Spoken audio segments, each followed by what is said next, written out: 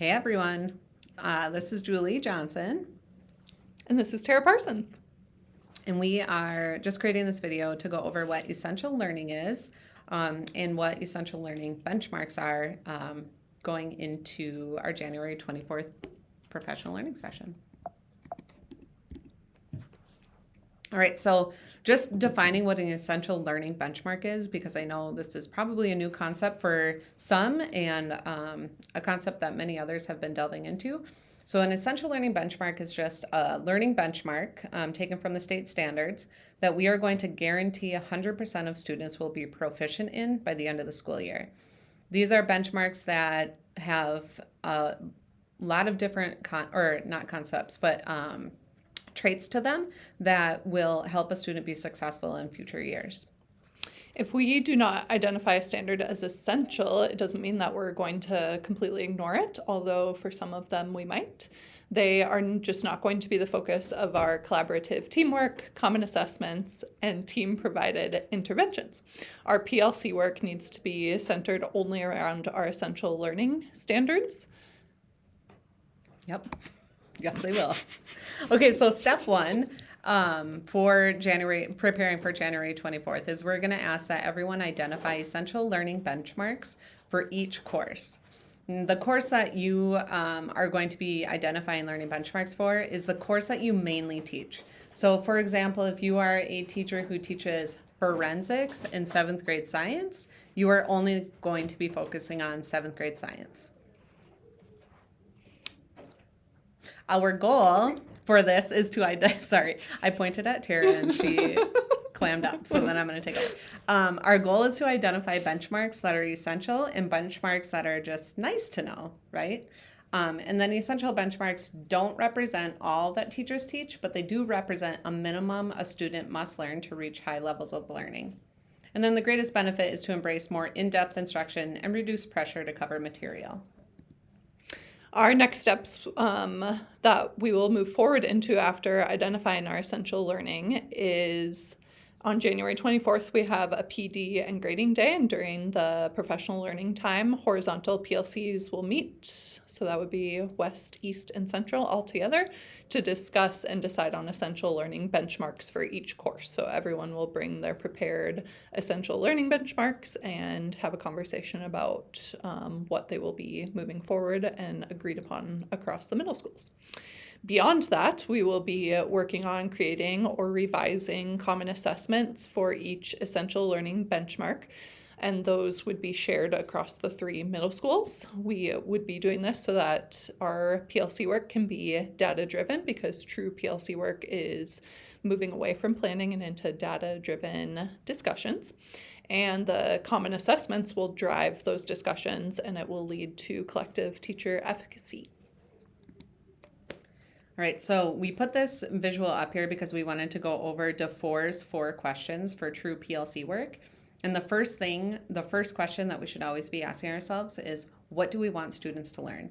And so one of the reasons why we are identifying our essential learning benchmarks is so that we can answer this question. This is what we are going to guarantee 100% of our students are going to be proficient in and learn by the end of the school year. And then after that, then we ask ourselves, so how are we going to know if they have learned it? So what are the measures that we're going to put in place to ensure that students are proficient in those essential learning benchmarks? You want me to keep going? Okay. After that, the third question would be, what will we do if they don't learn it? So based on the measures that we have in place, if students are saying that they're not proficient based on the data that we're getting from them, what are we going to do about it? Like, how are we going to teach them differently? How are we going to provide some more supports? How are we going to scaffold it for them? What are we going to do so that the student can access the learning to a level in which they can be proficient in it? And then what will we do if they already know it? So if a student is coming in, they already know what that they're already proficient in that essential learning benchmark. What are we going to do to enrich that? Like, what are we going to do to extend it? How are we going to go deeper with that benchmark for those students? It's extremely challenging to do all of these things for all of your standards that show up for your course, and so that is a benefit of identifying essential learning. Some questions that we will ask ourselves to identify our essential learning benchmarks will have to do with endurance, leverage, success at the next level, and preparation for state tests. So when we are working on identifying those benchmarks, we ask ourselves, are students expected to retain the knowledge and skills beyond the unit or beyond this course? For leverage, we are asking ourselves, will the student be able to apply the standard in more than one subject? For success at the next level, has the standard been identified as an essential learning prerequisite skill? And in preparation for state tests, we ask ourselves, will students encounter this skill or concept on an MCA or ACT, SAT? All right, so there is a Google Sheet that we do not want you to feel overwhelmed by. And there's not much right now that we're asking for you to complete with this. There is some stuff beyond it. So if you go into the doc, if you click on that link, you're going to see some extra columns to the right of reflection endurance. And that's something that we're just going to table for right now. That's the stuff that we're going to do when we go beyond January 24th. So in this essential learning shared doc, the first column, column A, has the description of the standard or the benchmark. So what is the benchmark that you are deciding has or is going to be our essential learning benchmark for that course? What would be an example of proficiency for that benchmark?